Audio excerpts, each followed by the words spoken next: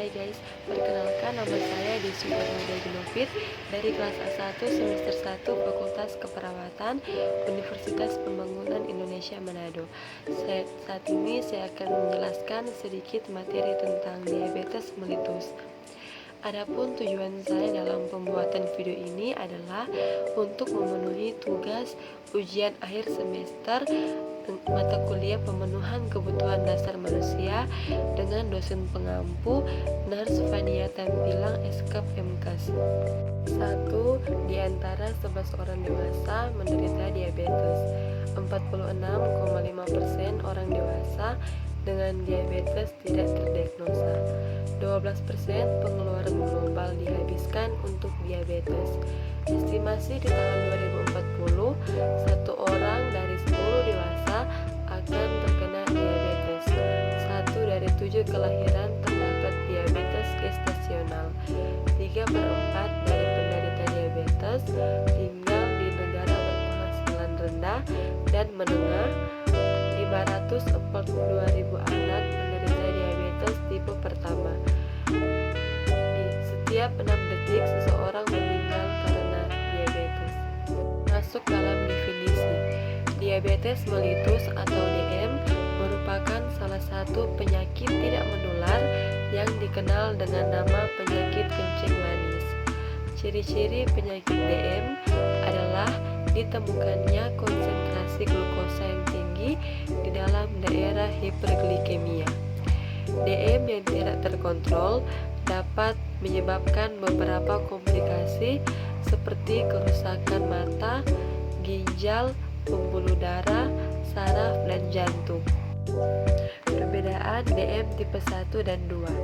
Mula muncul pada DM tipe 1 umumnya masa kanak-kanak dan remaja, walaupun ada juga pada masa dewasa kurang dari 40 tahun. Dan pada DM tipe 2 pada usia tua umumnya lebih dari 40 tahun. Keadaan klinis saat diagnosis pada DM tipe 1 berat dan DM tipe 2 ringan. Kadar insulin darah pada DM tipe 1 rendah, tak ada, dan DM tipe 2 cukup tinggi, normal. Berat badan pada DM tipe 1 biasanya kurus dan pada DM tipe 2 gemuk atau normal. Pengelolaan yang disarankan pada DM tipe 1 terapi insulin, diet, olahraga, dan pada DM tipe 2 diet, olahraga, hipoglikemik oral. Termasuk dalam faktor risiko. Yang pertama faktor tetap, umur, jenis kelamin, genetik, suku, riwayat keluarga. Yang kedua faktor perilaku, konsumsi zat gizi atau karbohidrat, protein, lemak, serat, serta aktivitas fisik. Yang ketiga faktor sosial ekonomi, budaya dan lingkungan, status pekerjaan dan tingkat pendidikan. Yang keempat faktor intermediate, obesitas, hipertensi, penyakit mental serius dan kondisi psikologis. Kita masuk dalam patofisiologi.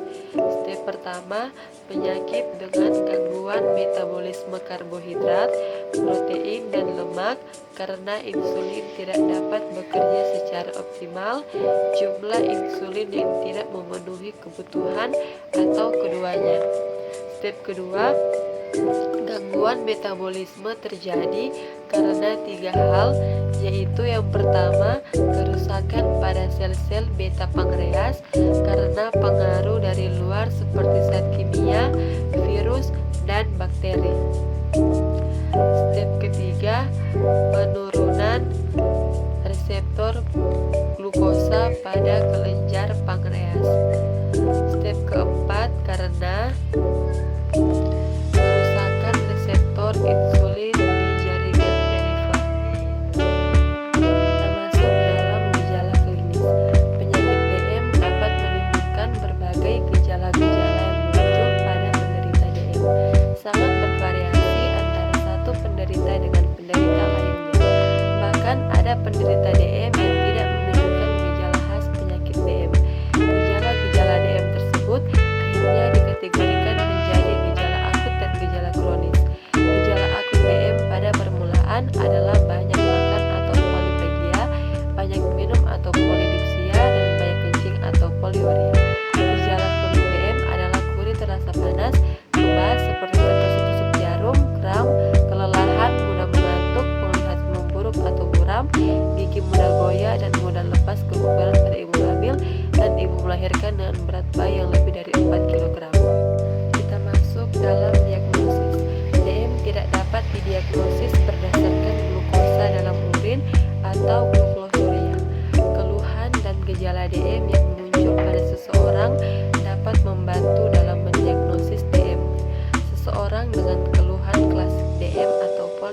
diarrea, polidipsia, polipagia, dan keluhan lain seperti lemas, kesemutan, gatal, pandangan kabur, dan disfungsi ereksi, serta dapat dicurigai menderita DM. Yang terakhir, kita masuk dalam pencegahan diabetes mellitus. Yang pertama, kita harus rajin berolahraga. Yang kedua, idealkan porsi makanan. Yang ketiga, kurangi makanan atau minuman manis. Yang keempat, kurangi makanan berlemak. Yang kelima, mengetahui penyebab diabetes.